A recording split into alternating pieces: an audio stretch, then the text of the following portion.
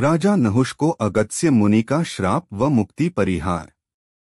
ब्रह्मा जी के परपर पौत्र चंद्रवंश के महाराज नहुष जी बहुत न्यायप्रिय, प्रतापी व बहुत शक्तिशाली राजा थे। संपूर्ण पर्वतों व स्थलीय पृथ्वी पर उनका ही राज था। उन्हीं के समय पर्वतों व हिमाच्छादित भूमि पर इवक्षु वंश की एक शाखा के राजा त्वष्टा का राज्य था। ईश्वर की कृपा से उनको एक बहुत शक्तिशाली, तपस्वी व बहुमुखी प्रतिभावान 3 मुखी पुत्र की प्राप्ति हुई। उनके पिता महर्षि थे, उन्होंने उसका नाम त्रिशिरा विश्वरूप रखा। अपने पितामह के सानिध्य में त्रिशिरा का लालन पालन हुआ और त्रिशिरा भी एक महान तपस्वी व योद्धा बन गए। उनके तप की वजह से देवताओं के राजा इंद्र को चिंता सताने लगी कि यदि त्रिशिरा स्वर्ग पर आक्रमण कर देंगे तो शायद इंद्र को हार कर भागना पड़ेगा। इस भय से प्रेरित होकर उन्होंने तपस्या में रत त्रिशिरा के तीनों सिराओं को धड़ से अलग कर उसका वध कर दिया। इससे क्रोधित को होकर त्रिशिरा के पिता ने तपस्या की और वृत्र नाम के एक अति शक्तिशाली पुत्र की प्राप्ति की। वृत्र ने कठोर तप कर ब्रह्मा जी से किसी भी युद्ध में व किसी भी गीले, सूखे, धातु से बने आदि अस्त्रों से नहीं पराजित कर पाएगा और न ही उसकी इनसे मृत्यु होगी, ऐसा वरदान मांगा। इस वरदान की प्राप्ति कर वृत्र ने इंद्र पर आक्रमण कर दिया और हार कर इंद्र को भागना पड़ा। देवताओं के विरोधी होने के कारण वृत्र का नाम वृत्रासुर पड़ा, लेकिन वृत्र ऋषि कुल में जन्मा एक ऋषि पुत्र था। इंद्र ने प्रभु विष्णु जी की शरण में जाकर उनसे वृत्र के वध का उपाय मांगा। विष्णु जी ने इंद्र को बताया कि वृत्रासुर को केवल मित्र बनाकर ही धोखे से दधीचि जी की अस्थियों से निर्मित वज्र से ही मारा जा सकता है। इंद्र ने वैसा ही किया और वृत्रासुर से संधि कर मित्रता की और उसे एक सागर किनारे सुप्तावस्था में सागर के झाग में ढककर अपने वज्र से मार डाला। वृत्रासुर के इस तरह वध के कारण इंद्र को महादोषी, मित्रद्रोही और ब्रह्महत्या का दोष लग गया। अब इस दोष के बाद इंद्र जी अपने सिंहासन पर नहीं बैठ सकते थे। वे स्वर्ग छोड़कर किसी अज्ञात स्थान में जा छुपे और इस तरह देवता नेतृत्व विहीन हो गए और सभी असुरों ने स्वर्ग पर आक्रमण कर दिया। दानवों ने बहुत भयंकर युद्ध किया और नेतृत्वहीन देवताओं को हराना दानवों के लिए एक सरलतम कार्य था। ब्रह्मा जी की सलाह से देवताओं ने अपना दूत नहुष जी को भेजा और दानवों से युद्ध के लिए सहायता मांगी। नहुष जी ब्रह्मा जी के वंश की 7वीं पीढ़ी से थे। ब्रह्मा जी के पुत्र महर्षि अत्रि जी, उनके पुत्र चंद्र, उनके पुत्र बुध, उनके पुत्र पुरुरवा, उनके पुत्र आयुष और आयुष जी के पुत्र नहुष जी हैं। नहुष जी ने अपने पराक्रम, युद्ध कौशल व युद्ध योजना से दानवों को हरा दिया। राजा इंद्र का कोई अता पता नहीं था। तब सभी देवताओं ने मिलकर निर्णय लिया कि स्वर्ग का सिंहासन खाली नहीं रख सकते और जब तक इंद्र जी वापस नहीं आ जाते तब तक नहुष जी को ही स्वर्ग का राजा बना दिया जाए। इस तरह अपने शुभ कर्मों, क्षमता और सामर्थ्य से मनुष्य योनि के नहुष जी को देवताओं के राजा का सिंहासन प्राप्त हुआ। नहुष जी ने बहुत कुशलता से स्वर्ग का राज्य संचालन किया। एक दिन नारद वहां पधारे और उन्होंने नहुष जी के संचालन की बहुत प्रशंसा की और उनको यह भी बताया कि दानवों को पराजित करने के बाद कोई भी पूर्ण राजसभा नहीं हुई, यह आप जल्द कराए। कुछ दिन बाद ही दिन तय हुआ और पूर्ण राजसभा का निमंत्रण सभी को भेजा गया। उस दिन इंद्र की पत्नी शुचि उनके राजवंशी होने के अधिकार से सभा में आई और उसे देखते ही नहुष जी शुचि पर मोहित हो गए और उसे प्राप्त करने का हर संभव प्रयत्न करने लगे।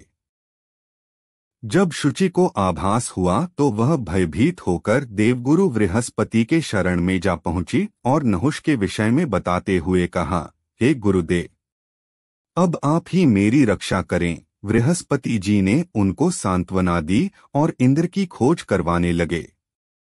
अग्निदेव ने कमल की नाल में छुपे हुए इंद्र को खोज निकाला। इंद्र पर लगे ब्रह्महत्या के दोष के मुक्त करने के लिए स्वयं देवगुरु बृहस्पति ने उनसे अश्वमेघ यज्ञ करवाया। उस यज्ञ से इंद्र पर लगा ब्रह्महत्या का दोष 4 भागों में बंट गया। एक भाग को वृक्ष को गोंद का रूप में लिया, दूसरे भाग को नदियों को फेन अथवा झाग का रूप धारण कर लिया, तीसरे भाग को पृथ्वी को निर्जन पठार रूप पर्वतों का रूप धारण कर लिया और चौथा भाग मानव स्त्रियों को पूरी प्रजनन आयु तक कुछ दिनों के लिए अशुद्ध होने के रूप में प्राप्त हुआ। अब इंद्र पूर्ण शुद्ध हो चुके थे, लेकिन उनको सिंहासन तब तक नहीं मिल सकता था जब तक नहुष जी वहां विराजित हैं। नहुष जी इंद्र की पत्नी इंद्राणी अर्थात शुचि पर बहुत मोहित हो चुके थे। अब देवताओं में मिलकर योजना बनाई कि जब नहुष जी शुचि को प्रभावित करने की कोशिश करेंगे तो शुचि अपनी शर्त रख देगी। योजना के अनुसार ऐसा ही हुआ और शुचि ने शर्त रखी कि नहुष जी सप्तऋषियों द्वारा उठाई पालकी में अपने महल से उनके महल में आकर शुचि का हाथ मांगेंगे तो वह इस बात पर जरूर विचार करेगी। मतांध नहुष ने सप्तऋषियों को आज्ञा दी कि वह उनकी पालकी उठाएं और शुचि के महल तक ले जाएं। सप्तऋषि मान अपमान से दूर होते हैं, इसलिए उन्होंने कुछ नहीं कहा और सोचा चलो देवताओं के राजा की इच्छा है, यदि वह इसमें प्रसन्न है तो ठीक है। नहुष पालकी में बैठे और सप्तऋषि उनकी पालकी उठाकर चलने लगे। सप्तऋषि अपनी चाल से चल रहे थे, लेकिन नहुष जी तो बहुत व्याकुल थे। उन्होंने अपने पैर से एक ऋषि को मारा और कहा थोड़ा जल्दी चलो, अजगर सर्प की तरह धीरे धीरे नहीं। फिर दूसरे को पैर मारा। ऐसा करते करते उन्होंने आखिर में वशिष्ठ जी को पैर मारा। यह देख अगस्त्य जी को क्रोध आ गया। वे बोले, तूने अपनी काम इच्छा में अंधा होकर अपने पितामह और मेरे गुरु का अपमान कर उनको अजगर सर्प कहा। मैं तुझे श्राप देता हूँ, तू अभी एक अंधा अजगर बनकर पृथ्वी गिर जा, तू 10,000 वर्षों तक सर्प योनि में पड़ा रहे। अपने शिष्य अगस्त्य जी का अपने पर पौत्र को श्राप देता देख वशिष्ठ जी ने अगस्त्य जी को कहा, तुमने इस कामांध मद में लिप्त व मतिहीन को श्राप तो दे दिया, लेकिन 10,000 वर्षों का यह बहुत बड़ा काल है, इसका निवारण भी बता दो। अगस्त्य जी ने फिर कहा, जब कोई तुझे ईश्वर और माया का पूर्ण ज्ञान दे, वह ज्ञान तुम सर्प रूप में ग्रहण कर लो और वह प्रबुद्ध संत तुमको यह प्रमाण दे कि तुमको सटीक ज्ञान प्राप्त हो गया है, उसी क्षण तुम्हें सर्प योनि से मुक्ति मिल जाएगी और तुम फिर से नहुष बन जाओगे।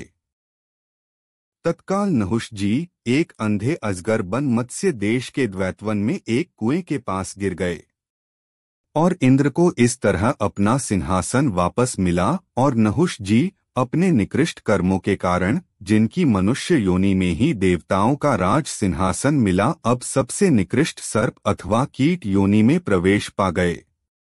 कई शताब्दियों बाद जब पांडव अपना वनवास काट रहे थे, वे घूमते घूमते मत्स्य राज्य के वनों में पहुंचे।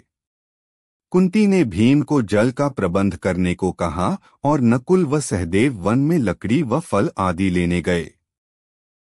जल तलाशते तलाशते भीम उस कुएं के पास पहुंचे जहां भूखा प्यासा अजगर रूपी नहुष छिपा बैठा था। जैसे ही भीम नजदीक आए, अजगर को भीम के स्थिति का अच्छे से पता चला और तुरंत पानी भर रहे भीम को उस अजगर ने जकड़ लिया।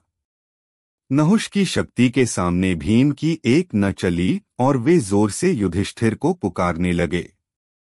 जब युधिष्ठिर ने भीम की पुकार सुनी, वे तुरंत वहां पहुंचे और उनके आने से ही नहुष को एहसास हो गया कि यह आगंतुक दिव्य ज्ञान से भरा हुआ है और उनको ज्ञान देकर इस श्राप से मुक्त कर सकता है। युधिष्ठिर ने अजगर रूपी नहुष को पहचान लिया कि यह साधारण सर्प नहीं है और अजगर से बोला कि तुम मेरे छोटे भाई भीम को मुक्त कर दो, उसके बदले में तुम्हें भर पेट भोजन दूंगा और तुमको जीवन भर कभी भोजन की कमी नहीं होगी। अजगर बोला, मुझे भोजन नहीं चाहिए, मैं तो हजारों सालों से यहाँ हूँ। तुम मेरे प्रश्नों का जवाब देकर मुझे ईश्वर का ज्ञान देने का वचन दो तो मैं अभी अपने इस भोजन को छोड़ दूंगा। युधिष्ठिर ने वचन दिया और भीम मुक्त हो गए। नहुष युधिष्ठिर को मन, बुद्धि, जीव, ईश्वर के ज्ञान के प्रश्न पूछे।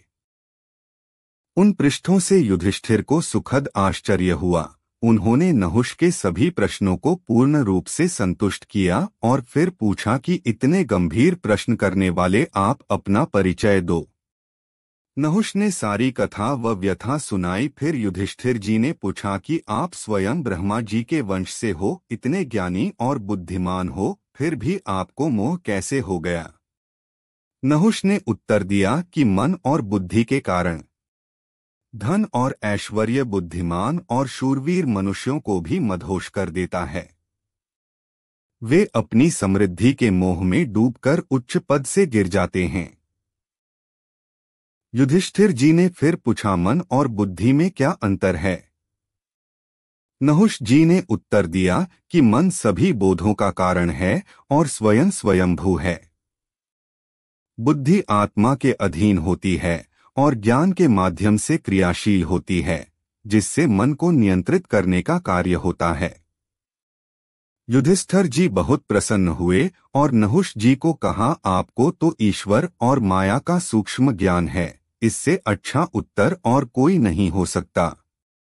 जैसे ही युधिष्ठिर में यह कहा, तत्काल नहुष जी सर्प योनि से मुक्त होकर मनुष्य योनि में आ गए। उन्होंने युधिष्ठिर जी की प्रदक्षिणा की और कहा कि कई शताब्दियां बीत गई, अब मैं इस काल में रहकर क्या करूंगा? ऐसा कहते ही एक दिव्य रथ आया और नहुष जी को लेकर स्वर्ग की तरफ ले उड़ा। यह कथा बताती है कि कर्मफल अमोघ हैं और कर्मफल से मुक्ति केवल ईश्वर का सत्य ज्ञान ही दे सकता है।